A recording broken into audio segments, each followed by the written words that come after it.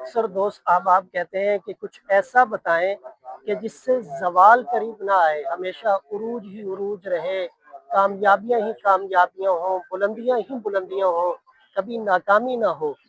तो मैं आपको बता देता हूँ हर में मक्का में बैठ के बैतुल्लाह के सामने कि जब तक आपके हाथ से खैर निकलती रहेगी तब तक ज़वाल आपके करीब नहीं आएगा। खैर का मतलब ये है कि अगर आपसे कोई उधार पैसे मांगे तो अपनी हैसियत के मुताबिक उसे उधार दे दें। आपसे कोई मशवरा मांगे तो ईमानदारी के साथ उसे मशवरा दें। अगर कोई मशवरा नहीं मांग रहा, आप ज़रूरत महसूस कर रहे हैं कि यहाँ पे उसे मशवरा देना चाहिए, तो आप ईमानदारी के साथ उसे मशवरा दें। गमज़दा है, परेशान है, आप उसे दिलासा दें और खुशी के मौके पे बिला हसद आप मुबारकबाद दें।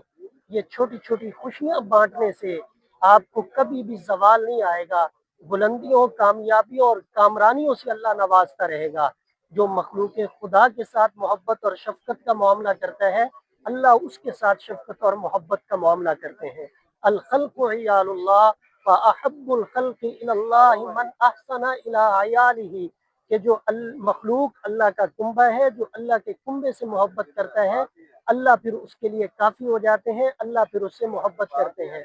और जिससे अल्लाह मोहब्बत करते हैं, जैसे वो चाहता है अल्लाह फिर वैसे करते चले जाते हैं। मखलूक खुदा के साथ मोहब्बत से पेश आए, मखलूक खुदा के साथ नरमी से पेश आए, ये वो चीज़ें हैं जो आपके करीब ज़वाल को नहीं आने देंगी।